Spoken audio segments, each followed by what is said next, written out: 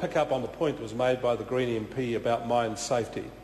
And I thought it was an indictment on the government that the Royal Commission was told that they have pay and provisions for 4 mine safety inspectors, and yet they only have 1 employed. That means there are 3 vacancies. I think the current regime of mine safety is inadequate anyway, but to have an inadequate system of mine safety, understaffed, to be at 25% of capacity when men are working underground in an incredibly dangerous environment is wrong. Utterly wrong. And I think the Minister of Labour, who says currently that she's not going to do anything until the Royal Commission reports, should act immediately and instruct her department to engage the other mines inspectors and have them on the payroll checking these people. I cannot think of a more dangerous environment to work in than being underground. And as the public of New Zealand learned, the men who have perished at Pike River are over 2.5 kilometres from fresh air and sunlight.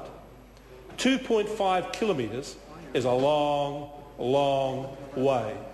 It's a long way when you're in the heart of a coal mine, underground in stone.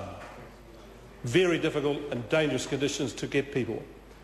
Mine safety is inadequate, and I think the government has an obligation, a duty, to do something immediately. But I want to pick up on the comments made by the National Party in relation to the general debate. I've heard Tim Grosser talk about deficits. Well, I'd remind Tim Grosser that for every year the Labor government was in office, we ran a surplus.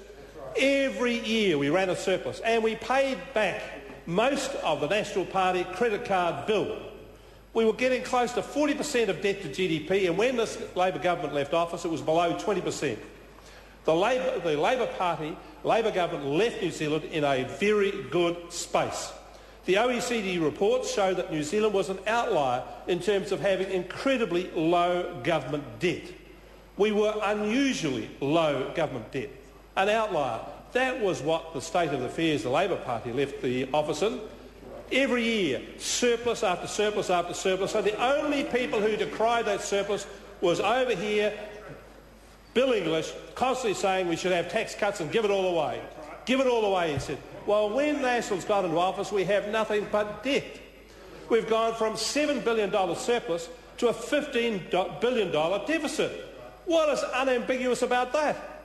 A $7 billion surplus under Labor to a $15 billion debt under National.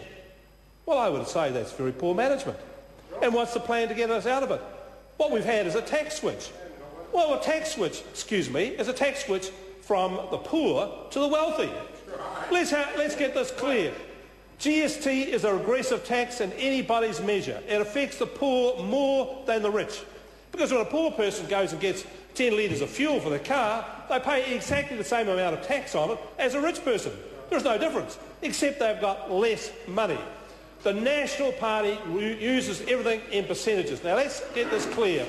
10% of an elephant is more than 10% of a mouse. And when it comes to working people, they get the mouse salary.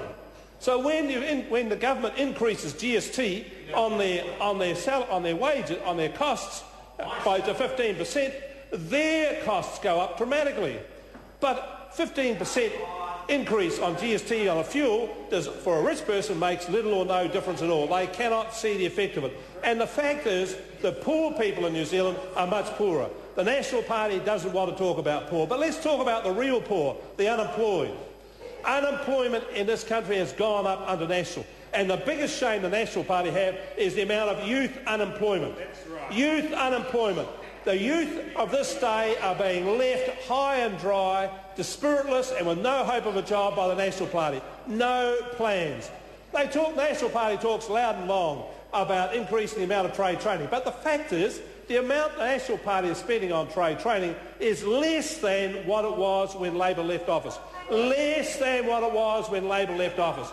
We have a huge amount of work to be done in rebuilding Christchurch, fixing leaky homes, and the number of young people we're training in apprenticeships for the building industry is less than what it was 3 years ago. An appalling state of affairs. We could be giving our young people skills and job opportunities, but we're not. because the National Party is devoid of vision and devoid of commitment to helping young people.